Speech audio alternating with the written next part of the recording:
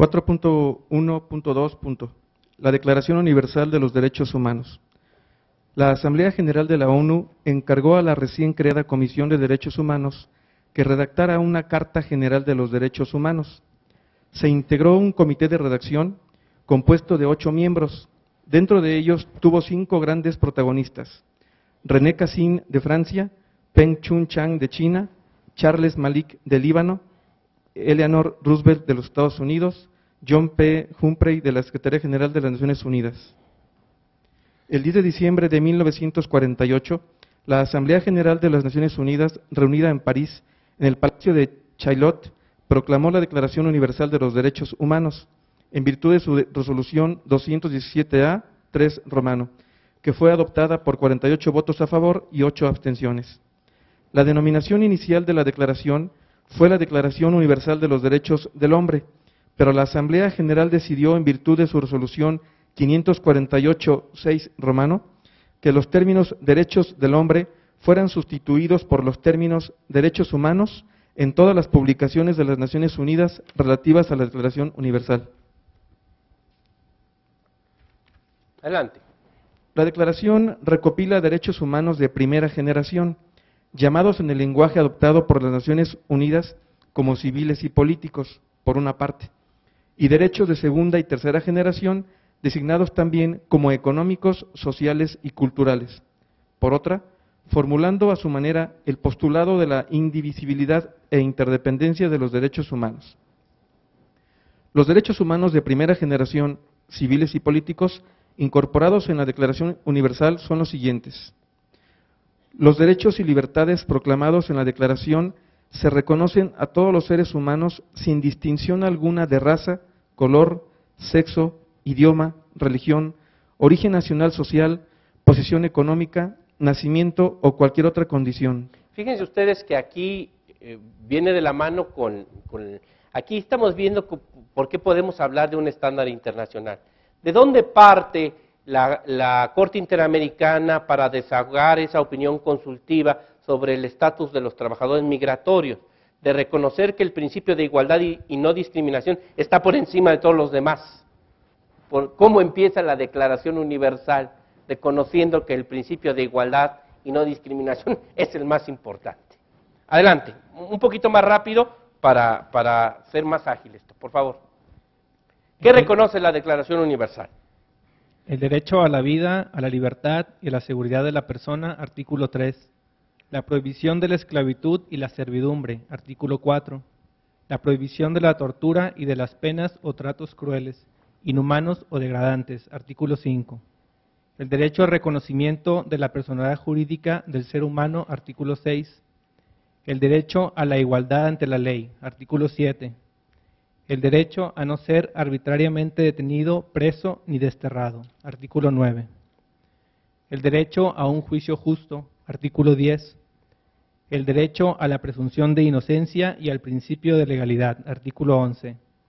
El derecho al respeto de la vida privada y familiar, artículo 12. El derecho a la libertad de circulación y de residencia, artículo 13. El derecho al asilo en caso de persecución, artículo 14. El derecho a la nacionalidad, artículo 15. El derecho al matrimonio, artículo 16. El derecho a la propiedad, artículo 17. El derecho a la libertad de pensamiento, de conciencia y de religión, artículo 18. El derecho a la libertad de expresión, artículo 19.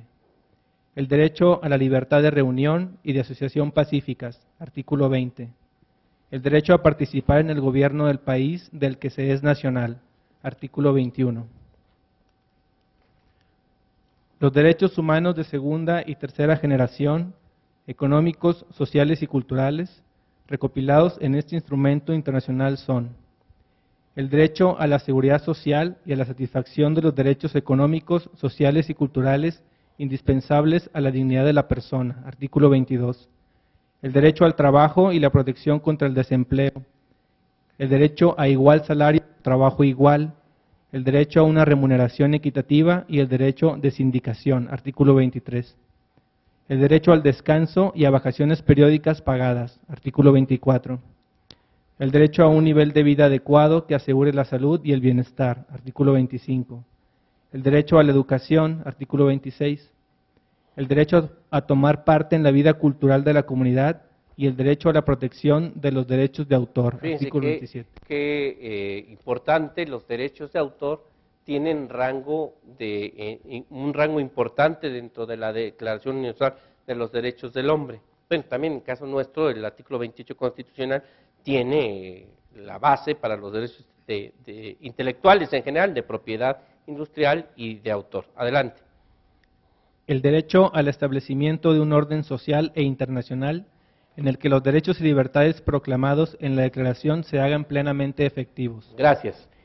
Aquí hay un problema dentro ya de la validez que podríamos asignar a la Declaración Universal. Desde el punto de vista de su valor normativo, los tratadistas están de acuerdo que como no es un tratado internacional, no es un convenio internacional, pues no tiene ese valor vinculativo. Sin embargo, hay tratadistas que recuerdan que como una resolución de la Asamblea General, pues ha sido invocada en un sinnúmero de resoluciones de las Naciones Unidas, incluso es el punto de partida para otros tratados internacionales, y que de ahí reside su fuerza vinculatoria importante. Y aquí volvemos al tema del jus cogens. ¿Qué hace la Declaración Universal de los Derechos Humanos? Sino recoger ese jus cogens, es esa costumbre internacional generalmente aceptada que está en un nivel superior y que es vinculativa. Aquí es importante recordar, y vamos a la lámina número 12, que de manera ilustrativa, y esto vamos ya de la mano de las fuentes, cuando vamos a resolver un asunto, tratando de ver cuáles son los tratados internacionales en materia de derechos humanos, cómo deben de interpretarse, etcétera, los tratadistas de Derecho Internacional de Derechos Humanos recurren al artículo 38.1 del Estatuto de la Corte Internacional de Justicia, que reconoce 5 fuentes de derecho que deben ser aplicadas. En la 23 los tenemos. Como primer punto, las convenciones internacionales, sean generales o particulares, que establezcan reglas expresamente reconocidas por los estados litigantes. Entonces, el derecho escrito, el derecho internacional escrito, tratados internacionales. Pero además, y fíjense qué rango tiene, la costumbre internacional como prueba de una práctica generalmente aceptada como derecho. C, los principios generales de derecho reconocidos por las naciones civilizadas. Y D, las decisiones judiciales y las doctrinas de los publicistas de mayor competencia de las distintas naciones como medio auxiliar para la determinación de las reglas de derecho sin perjuicio de lo dispuesto en otro diverso artículo. Entonces, vemos el valor que la Corte Internacional de Justicia le da no solo a los tratados, sino a la costumbre internacional y a los principios generales del derecho. Entonces, pues dentro de esto, pues es claro de reconocer que la Declaración Universal de 1948, pues precisamente lo que hace es reconocer esa práctica, esa costumbre generalmente aceptada y, desde luego, esos principios generales del derecho aceptados por las naciones civilizadas. Y yo me pongo a pensar, todavía cuando vemos, bueno, nos hicimos conscientes de las atrocidades que en materia de derechos humanos y de discriminación, sobre todo a la mujer, yo no sé por qué esa discriminación, esa fobia de algunas sociedades y culturas, que prácticas tan terribles como en algunas naciones musulmanas, ¿verdad? No sé si ustedes tuvieron la oportunidad de ver esa portada de National Geographic, de la mujer que dicen que no respetaba al marido, ¿verdad? Y que se salía de su casa y por eso le cortaron la nariz, ¿verdad? Y por cierto era una muchacha muy guapa, y ahí con la nariz cortada. Y prácticas como la lapidación, ¿verdad? Y prácticamente en contra de la mujer.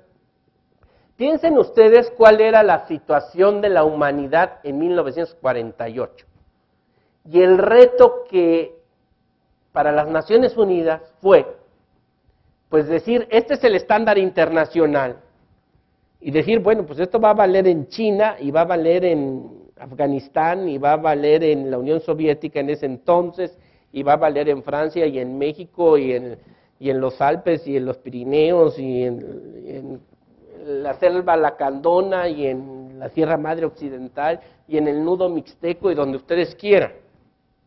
Pues la verdad fue un reto de la civilización, pues muy interesante.